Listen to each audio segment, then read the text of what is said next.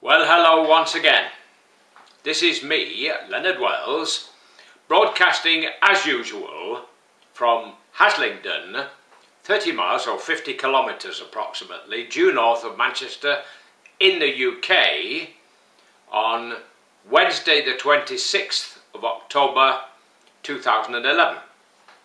I'm going to talk about the Dreamliner and its relationship with trees.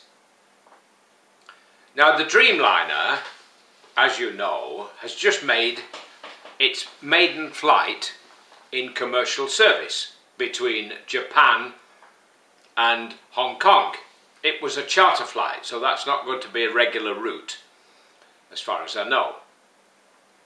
And as we all know, the Dreamliner is something special, made by Boeing, this Boeing 787, 3 years behind the initial proposed date of the first flight, 3 years late, cost billions more than they expected.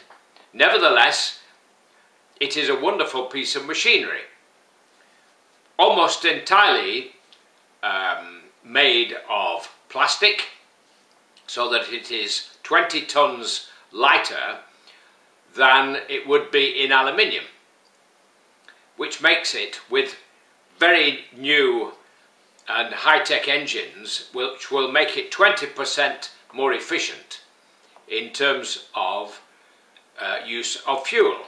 And since fuel, the kerosene which the airplanes burn in their engines, is the single most costly item in their budget, and it's continuously going up and up and up. So 800 of these planes have been ordered. Now it can fly 14,000 kilometres. That's almost London to New Zealand, almost. And they anticipate that it will mean a lot of routes will be able to avoid having to refuel en route, like the London to Sydney flight has to refuel in Singapore. Now, one very important factor in this plane, it's been designed with the passenger in mind. And inside it looks very, very attractive. It has larger overhead lockers. It has windows without a plastic blind that you pull down, as you do on most flights. You press a button and the window changes colour, so that you don't need a blind. It changes into a darker colour to keep out the sunlight. Or if you don't like to look out the window at the clouds, some people get queasy if they do that. And most importantly, it has air which comes directly from outside the plane without going through the engines. Every other airliner has air intakes which feed the air through the engine and into the cabin. And a lot of experts say that sometimes this releases into the plane noxious substances. Don't ask me to tell you what the name of them are, but they're similar to the substances which are produced in crop spraying situations. So they're not exactly air fresheners, if you know what I mean. Now, on this particular flight, it's an Air Nippon, a Japanese airline. They got the first plane. And in keeping with Japanese tastes, the toilets do not, and I repeat, do not have toilet paper.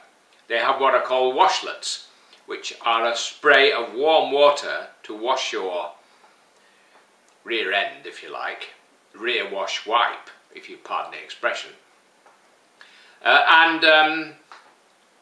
Then you don't need to use toilet paper. And this is what I've been advocating for many moons, that we get away from using toilet paper which means chopping down trees to make the paper. And trees, we all know what trees do. They give us fruit, they give us timber, they give us shade. They breathe in carbon dioxide, which is one of the greenhouse gases, and breathe out oxygen. So trees are a wonderful gift from the Almighty for our planet. And on this particular plane, as I've just said, they don't use toilet paper.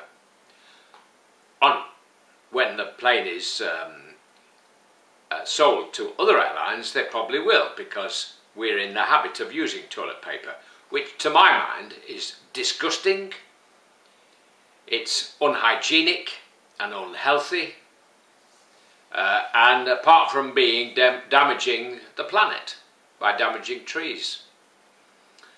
So that's the connection between the Dreamliner, what a wonderful name for a plane, Dreamliner, and toilet paper and trees. So I will close now and say, well, just add one point.